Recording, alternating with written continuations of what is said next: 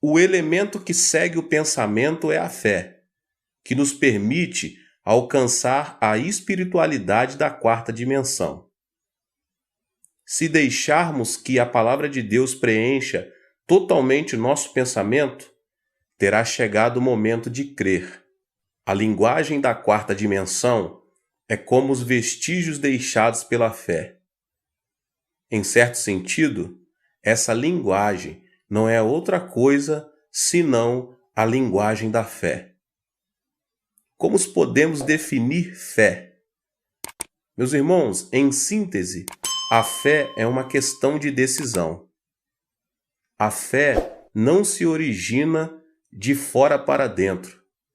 Ela é uma decisão do coração.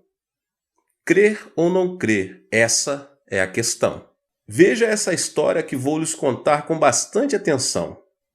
Faz muito tempo, num edifício de 5 andares, o 4º andar era ocupado por uma igreja e o 5º andar por um bar. Aos domingos pela manhã não havia problemas, mas aos domingos e quartas-feiras à noite surgiam as dificuldades. Isso prejudicava a igreja que iniciara havia pouco tempo o seu ministério ali. Enquanto cantavam louvores, ouvia-se um ruído acelerado no andar de cima. Em consequência, os membros da igreja sentiam-se aborrecidos. Na ânsia de resolver o problema, o pastor decidiu orar durante 1 mês para pedir que Deus acabasse com aquele bar. Depois de 25 dias de oração, houve um incêndio no edifício. Somente o bar foi atingido pelo fogo. Na igreja, nada se queimou, nem sequer uma cortina. Ao ouvir que o pastor havia orado para que o bar desaparecesse, o dono denunciou a polícia. O pastor foi chamado para depor. O policial o interrogou. Pastor, é verdade que o bar foi incendiado por suas orações? O pastor respondeu, é verdade que estive orando para que o bar desaparecesse. Entretanto, não creio que isso tenha acontecido por minhas orações. O Senhor realmente crê que o incêndio ocorreu pelo poder de minhas orações? O policial contestou, pastor, que estranho. O dono do bar crê no poder da oração, mas o Senhor não crê. Depois de um certo tempo, a investigação foi concluída com a seguinte frase: caso indefinido. Dificilmente o bar teria incendiado pelas orações desse pastor de fé tão pequena. O motivo mais importante de não recebermos respostas para as nossas orações é a falta de fé. Podemos fazer muitas orações, como no caso desse pastor, mas oramos com uma fé muito pequena. A proclamação do Evangelho sem a fé é uma inutilidade. Certamente, devemos crer que nossas orações são respondidas por Deus e, pela fé, devemos proclamar isso. Da mesma forma, as palavras que saem da nossa boca operarão com extraordinário poder se apenas cremos na palavra de Deus e proclamarmos a nossa confiança nele. Ao assistir a reprise de uma partida de futebol, os telespectadores não se sentem ansiosos, mesmo que seu time esteja enfrentando dificuldades ou que o marcador indique que ele está perdendo. Durante a Copa do Mundo de Futebol em 2002, os coreanos criticaram e insultaram o jogador Han Jung, um atacante, dizendo: é melhor que você se mate. Tira-no do campo. Isso aconteceu porque ele errou um pênalti na partida pelas oitavas de finais. Os que viram a reprise, entretanto, não insultaram o Han, por saberem que o time nacional finalmente havia vencido. O motivo da arrogância e dos gracejos com os amigos, mesmo nas situações em que o time nacional não fora tão bem, era aqueles coreanos saberem que já haviam ganhado a partida. O que falamos com a boca fundamenta-se na fé que temos em nosso coração. No entanto, falando francamente, o homem custa crer nas promessas de Deus. Sobretudo, quando ele mergulha na realidade e nas circunstâncias, não consegue ver Deus. Os olhos de Deus estavam vendo como o povo de Israel havia entrado na terra de Canaã, terra que manava leite e mel, e o louvava com alegria e felicidade. A cena era tão clara para Deus como quando se vê um filme pela segunda vez. Mas, entretanto, o povo de Israel não podia ver com os próprios olhos. Em Êxodo 6:9, Moisés declarou isso aos israelitas, mas eles não deram ouvidos por causa da angústia e da cruel escravidão que sofriam. Os israelitas queixavam-se e murmuravam por causa da sua incredulidade e a falta de fé. Contudo, ao tirá-los da terra do Egito, Deus lhes prometera: eu os guiarei até a terra onde mana leite e mel. Assim, as batalhas que os israelitas deviam enfrentar contra os 7 povos eram batalhas ganhas. A promessa de Deus significava também que ele solucionaria tudo o que viesse a interferir no cumprimento daquilo que havia assegurado fazer àquele povo. Sair do Egito e entrar na terra onde manava leite e mel era uma questão de experimentar, na própria carne, tudo o que Deus havia pré-estabelecido para o povo de Israel. Certamente, as promessas do Deus Todo-Poderoso se cumprem. Em Isaías 55, nos versos 10 e 11, diz assim a palavra do Senhor: assim como a chuva e a neve descem dos céus, e não voltam para eles sem regarem a terra, e fazerem-na brotar e florescer, para ela produzir semente para o semeador, e pão para o que comem, assim também ocorre com a palavra que sai da minha boca. Ela não voltará para mim vazia, mas fará o que desejo e atingirá o propósito pelo qual a enviei. Isso quer dizer que a palavra e a promessa de Deus se cumprirão, custe o que custar. As adversidades e os obstáculos enfrentados na vida não são mais que um acontecimento que precisamos experimentar novamente, por ser uma batalha já vencida por Deus. Por isso mesmo, não há razão para o temor ou ansiedade. Deus nos diz claramente que o fato diante de nós é uma batalha que já foi vencida. Isso quer dizer que a palavra de Deus e a promessa de Deus se cumprirão, custe o que custar. As adversidades, os obstáculos que enfrentamos na vida não são mais que um acontecimento que precisamos experimentar novamente, por ser uma batalha já vencida por Deus. Por isso mesmo, não há razão para o temor ou ansiedade. Deus nos diz claramente que o fato diante de nós é uma batalha que já foi vencida. Então a pergunta nessa noite é: o que é a fé? É a atitude de se manter firme por saber qual será o resultado final da partida. Apesar das infrações do rival, o homem de fé mantém-se firme, porque sabe que essas faltas não podem provocar uma mudança no marcador de pontos. O homem de fé não se importa se um erro foi cometido ou se foi marcado um gol contra. Não desanima, porque sabe que o marcador se reverterá imediatamente. Assim, as circunstâncias adversas e negativas fazem que o homem de fé sinta correr em seu corpo mais adrenalina, por saber que a situação será revertida.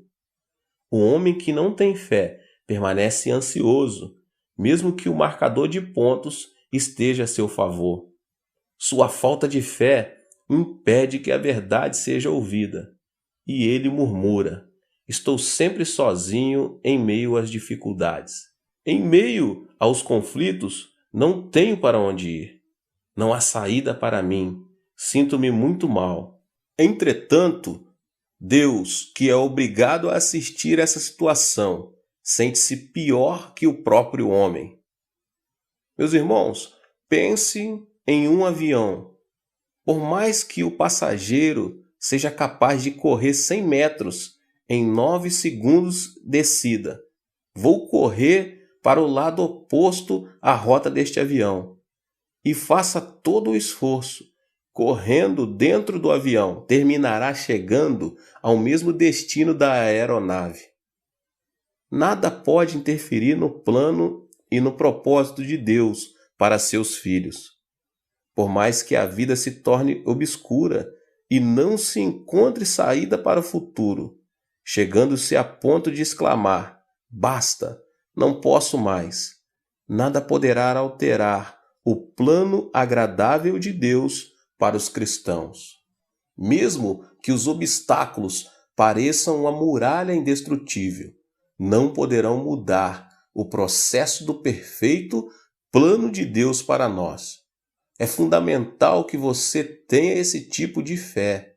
Ainda que as circunstâncias sejam obscuras, seus olhos não vejam coisa nenhuma e suas mãos não tenham nenhuma evidência à vista. Ao final você poderá ver a luz, se tão somente tiver fé, por meio do qual ganhará a batalha. Isso é possível porque, há 2000 anos atrás, Jesus Cristo tomou sobre si a nossa maldição, o nosso fracasso e frustração, a nossa aflição e o nosso sofrimento na cruz do Calvário, tendo sido ali crucificado. Temos uma vida de vitória, porque há 2000 anos atrás, Jesus Cristo venceu o mundo na cruz do Calvário. Se você viu com seus olhos espirituais que sua vida repousa na promessa da vitória, este é o momento de alcançar essa vitória e receber a bênção de Deus por meio da confissão da linguagem da fé. Essa confissão tem o poder de desfazer o abismo que possa haver entre nossa realidade e a promessa divina. Quem crer na vitória e na promessa de Deus tem de mudar sua maneira de falar.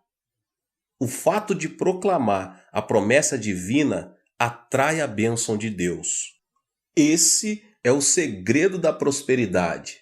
Deus é um Deus que ressuscita os mortos e chama as coisas que não são como se já fossem.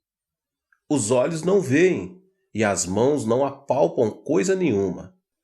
Tudo está acima do que podemos experimentar. Mesmo assim, se você realmente quer ser aprovado como um homem que tem fé diante de Deus, deve chamar as coisas que não são como se já fossem.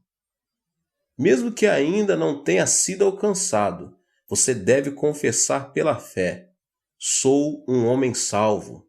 Meu lugar é o reino dos céus. Sou um dentre o povo eleito por Deus que tem a cidadania do reino dos céus. Mesmo tendo sido atingido por uma enfermidade, você deve confessar a palavra. A palavra diz que por suas pisaduras eu fui curado. Portanto, estou curado.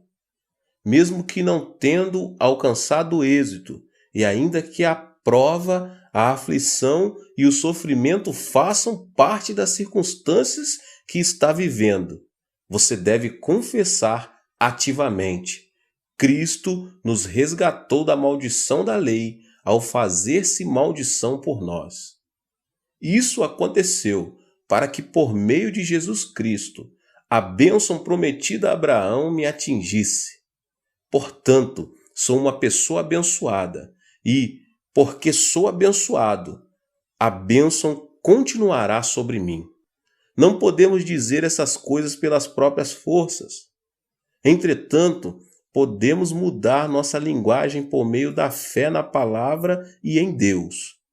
Você jamais poderá ter a experiência do mundo da quarta dimensão se continuar utilizando a linguagem dos sentidos, do intelecto, da razão e da experiência. Se você quiser viver pelo poder de Deus, deve mudar sua maneira de falar. Creia na palavra e confesse a palavra pela fé. A confissão de fé produz milagre. Quando eu era jovem, não conseguia deixar de pensar: por que meu país tem de mendigar sempre? Temos recebido ajuda econômica, mas por que temos de recebê-la também no espiritual? Tomei uma decisão. Tenho de pregar o Evangelho até os confins da terra. A realidade, porém, era desalentadora. Quando eu pastoreava uma igreja em Bulhandong, muitas foram as vezes em que precisei andar a pé, desde Soedaimon, porque não tinha sequer umas moedas para tomar um ônibus. Creio que pedir aos jovens de hoje para fazer isso seria desastroso, mas para mim não havia outra saída. Mesmo assim, minha determinação de ir ao mundo todo e pregar o Evangelho não arrefeceu. Eu tinha certeza de que Deus me havia chamado para atingir o mundo com a pregação do Evangelho. No entanto, não cruzei os braços. Paguei o preço pela realização de meus sonhos. Quem realmente crê na promessa divina, esforça-se ao máximo para alcançar essa promessa. Se você quer saber se alguém tem fé, deve observar o que essa pessoa está fazendo por aquilo que crê. Por esse motivo, achei necessário aprender o inglês e depois o japonês. O alemão era também necessário para pregar a palavra na Europa. Assim minha vida foi se moldando ao sonho que eu recebera em meu coração. Dei o melhor de mim para aprender esses idiomas e a ponto de certo dia pensar: será que não estou enlouquecendo pelo estudo? Eu pensava em inglês, falava em inglês, ao ponto de deixar temerosas as pessoas ao meu redor. As circunstâncias não me permitiam comprar um livro, nem frequentar uma escola de idiomas. Com toda a geração da Guerra da Coreia, eu não pude receber educação formal, e a única maneira de estudar era por conta própria. Assim, estudar não era nada fácil. Entretanto, eu tinha esperança e fé de que viajaria pelo mundo todo para pregar a palavra de Deus. O esforço constante e descomunal possibilitou-me visitar cada canto do planeta. Olha, meus irmãos, eu visitei 59 países, dirigi 290 cruzadas e, para isso, tive de dar 114 voltas pelo globo terrestre. Visitei praticamente todos os países do mundo e enviei também 630 missionários ao redor do mundo. Isso tudo, no entanto, começou com uma confissão de fé. Por mais que a realidade fosse adversa e obscura, eu partia do fundamento de crer e confessar na quarta dimensão que Deus me havia chamado como mensageiro de sua palavra para ir e pregar pelo mundo todo. Não se esqueça de que isso foi possível porque eu me dispus a pagar o preço da fé. Uma fé genuína é seguida da confissão de fé. A verdadeira fé move a pessoa e transforma as circunstâncias. A fé permite-nos atrair o mundo da quarta dimensão e visualizar a promessa de Deus. Fé é tomar a decisão de crer, confessar com a boca e agir até a plena realização. Devemos confessar com intrepidez e seguir avançando, crendo que o bom combate redundará em nossa vitória, já que Cristo venceu a batalha. Depois da transfiguração, Jesus desceu do monte para junto de 9 de seus discípulos. Ao descer, porém, observou que os discípulos que não o haviam acompanhado estavam junto a uma multidão. De repente, um pai que trouxera o filho endemoniado correu para Jesus e disse: Senhor, meu filho está possuído por um espírito, e cada vez que este o domina, o lança na água e no fogo para matá-lo. Pedi aos teus discípulos que expulsassem o espírito, mas eles não conseguiram. Se tu podes fazer alguma coisa, tem compaixão de nós e ajuda-nos. Imediatamente, o Senhor repreendeu sua confissão. Como se podes? A confissão da boca vem a ser o parâmetro pelo qual podemos medir se a nossa fé é genuína ou falsa. O pai do menino sabia que Jesus podia solucionar o problema de seu filho. Assim que ouviu a notícia de que Jesus estava passando por ali, saiu ao seu encontro, pensando que seu filho poderia ser curado. Ao se aproximar de Jesus, disse: Se tu podes fazer alguma coisa. Ou seja, não havia fé em sua confissão. Jesus não realizou nenhum milagre diante de sua falta de fé. Por isso que Jesus enfatizou que a chave da solução estava na confissão do pai do menino. Como se eu posso? Tudo é possível àquele que crê, e o repreendeu por sua confissão. Felizmente, depois de ouvir a palavra de Jesus, o pai do menino mudou sua linguagem. Creio, ajuda-me a vencer a minha incredulidade. Assim, o Senhor expulsou o demônio e curou o menino. Diante de uma confissão incorreta de fé, Jesus repreendeu o pai e não curou o menino, até que o pai se arrependeu e disse: Creio. Só assim o Senhor operou o milagre e a cura. Da mesma forma, se o Senhor estiver conosco, o que parece impossível pode ser possível por causa de nossa confissão de fé. Outro personagem que comoveu o coração do Senhor mediante a confissão dos lábios. Trata-se de uma mulher sírio-fenícia. Essa história é muito conhecida pelos irmãos. Quando a mulher aproximou-se de Jesus, pedindo que curasse sua filha endemoniada, o Senhor Jesus respondeu a ela: Não é lícito tirar o pão dos filhos e lançá-los aos cachorrinhos. Ou seja, não posso curar uma estrangeira como você. Pode ser que a mulher sírio-fenícia tenha se sentido envergonhada, mas parecendo não se importar muito, ela disse: Tens razão, Senhor, eu sou uma estrangeira. Mas até os cachorrinhos, debaixo da mesa, comem das migalhas das crianças. Ao ouvir isso, o Senhor Jesus ficou extremamente comovido e disse: Mulher, grande é a sua fé, faça-se com você conforme deseja. Até um momento antes, Jesus havia dito que não era certo tirar o pão dos filhos para dar aos cachorrinhos. Mas as palavras da mulher sírio-fenícia foram suficientes para comover o coração de Jesus. Meus irmãos, o mesmo acontece hoje conosco, como aquela mulher. Se quisermos ter a experiência do mundo da quarta dimensão, devemos falar uma linguagem de fé. Essas duas histórias mostram quanto é importante a confissão de fé pela qual podemos mover o mundo espiritual da quarta dimensão.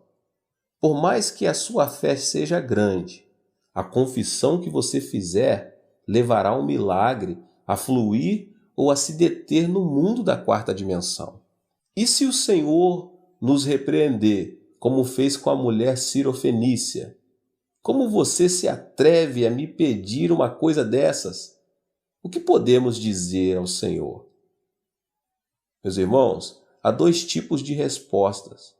Em primeiro lugar, se não somos disciplinados para falar na quarta dimensão, certamente responderemos como o pai que trouxe o filho endemoniado: Senhor, se podes, ajuda-nos. Se podes, concede-me o êxito. Se, no entanto, tivermos sido disciplinados para falar na quarta dimensão, certamente responderemos como a mulher sirofenícia, crendo inteiramente no Senhor, e ele nos responderá: muito bem, seja feito segundo a sua fé, e moverá o mundo da quarta dimensão com o objetivo de solucionar o nosso problema.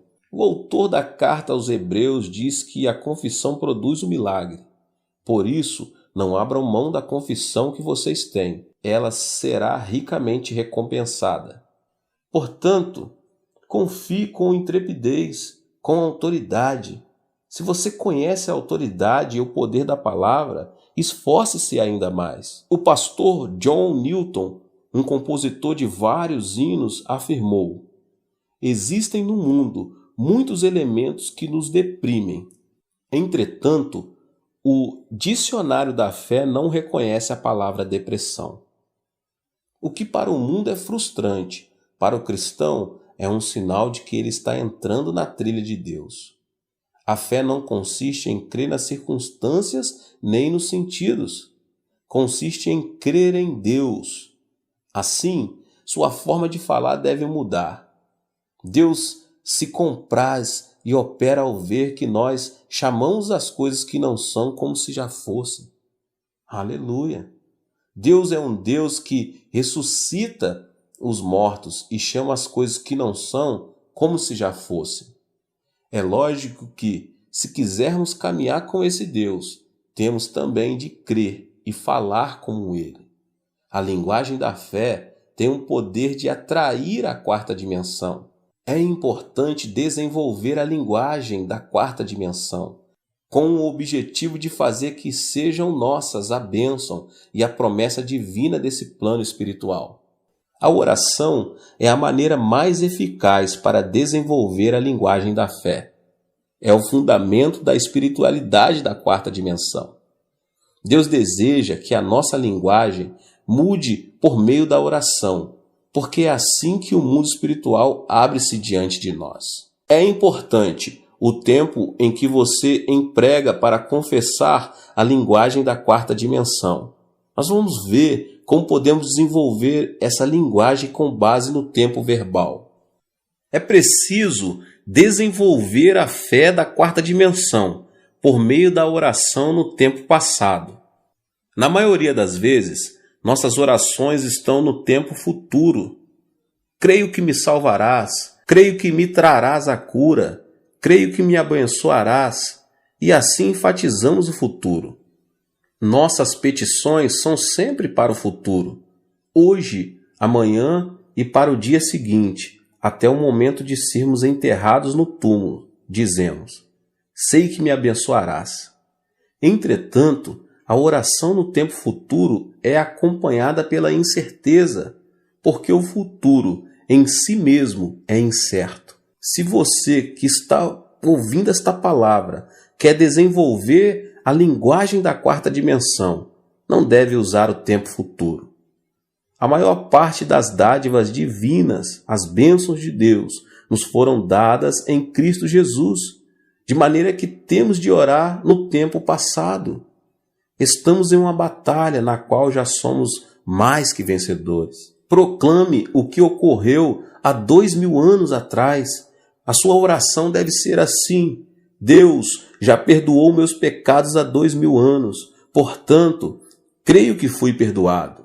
Pelas chagas de Jesus, de 2000 anos atrás, eu fui curado. Deus me abençoou faz 2000 anos. Portanto, sou um homem abençoado. O Senhor morreu e ressuscitou há 2000 anos. Portanto, por intermédio dele, creio que morri e ressuscitei. O diabo não pode debater algo que já aconteceu. Todavia, no que se refere ao futuro, ele nos torna inquietos, dizendo que não devemos sonhar. Ao pedirmos algo em oração, o diabo sussurra ao nosso ouvido, afirmando que não alcançaremos o que estamos pedindo. No entanto, por algo que já aconteceu, ele se mantém calado. Não pode introduzir um pensamento de dúvida em nosso coração. Assim, a nossa oração deve ser: mostra-me aquilo que conseguiste na cruz. A Bíblia narra um fato que evidencia a oração no tempo passado. Nós vamos ver a passagem de Jonas, capítulo 2, nos versos 6 e 7, que diz assim a palavra do Senhor: Mas tu trouxeste a minha vida de volta da sepultura, ó Senhor meu Deus. Quando a minha vida já se apagava, eu me lembrei de ti, Senhor, e a minha oração subiu a ti, ao teu santo templo. Jonas ainda estava dentro do peixe gigante, ainda não tinha sido lançado em terra firme. Observe, porém, que sua oração não estava no tempo futuro, nem no presente, mas no tempo passado. O fato de dizer, trouxeste a minha vida de volta da sepultura, sugere que ele empregou a linguagem da fé da quarta dimensão.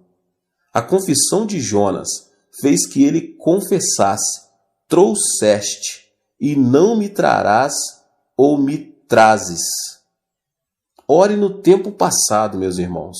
Libere o mundo da quarta dimensão mediante a confissão da fé e diga: estou como Jonas, dentro de um peixe grande, mas Deus já me resgatou. Deus ouviu minhas petições. O diabo não pode me trazer dúvida. Jonas recebeu a resposta da parte de Deus por meio da oração no tempo passado. Aceite pela fé o que Deus fez em Cristo Jesus. Creia que já aconteceu e confesse para que isso mesmo se manifeste em sua vida agora mesmo. Isso é liberar um milagre por meio da autoridade da linguagem da fé da quarta dimensão. Não devemos olhar o futuro ou o presente, e sim orar dizendo: concede-me o que já alcançaste. 90% das promessas de Deus já foram realizadas. Somente 10% dessas promessas têm relação com o futuro. Assim, as promessas divinas que já foram realizadas nos pertencem. A oração no tempo passado é uma confissão que equivale a rebater nossas dúvidas. Meus irmãos, se vocês quiserem desenvolver a linguagem da oração, devem aceitar o fato de aquilo que está pedindo já ter sido concedido. O passo seguinte é confessar pela fé o que ainda não é, como se já fosse, e crer no Deus que chama as coisas que não são como se já fossem. Como esclarece o capítulo 11 de Hebreus, a fé é conseguir ver a promessa divina que ainda não foi manifestada. Quanto à promessa divina, sabemos que tudo opera para o bem. É certo, porém, que existe um abismo entre a promessa divina e a realidade. E é por isso que precisamos confessar pela fé. A confissão de fé une a promessa divina e a realidade, e tem poder para atrair a bênção e a promessa de Deus. Esse é o segredo da força que tem a fé e a confissão das palavras da quarta dimensão. Meus irmãos, é preciso alcançar uma vitória nessa batalha que já foi ganha. Deus perdoou os nossos pecados em Cristo Jesus e preparou para nós o melhor. Jesus Cristo levou na cruz nossas maldições, enfermidades, pecado, pobreza, debilidade, alcançando a vitória sobre todas essas coisas. Na vida, enfrentamos aflições e turbulências, mas Jesus já venceu todas elas. Todos nós que cremos nisso, não precisamos temer ou estar ansiosos na luta contra o diabo. Ao contrário, devemos agir e falar como pessoas vitoriosas, mesmo em meio aos problemas e às aflições. É necessário agir e tomar decisões como já tendo alcançado a vitória. Caso contrário, a confissão sem fé não opera nenhum poder. Diz um ditado chinês: se você realmente crer, a flecha atravessará a rocha. A fé verdadeira tem poder contra todo tipo de dificuldade e adversidade. Que Deus abençoe a vida de todos vocês, em nome de Jesus. Se você não é inscrito ainda aqui no canal, se inscreva aqui no canal e ative o sininho das notificações, para você não perder nenhum vídeo desta série maravilhosa da quarta dimensão.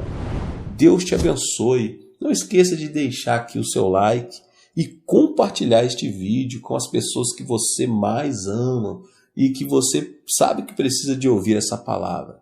Nos vemos nos próximos vídeos. Deus abençoe em nome de Jesus.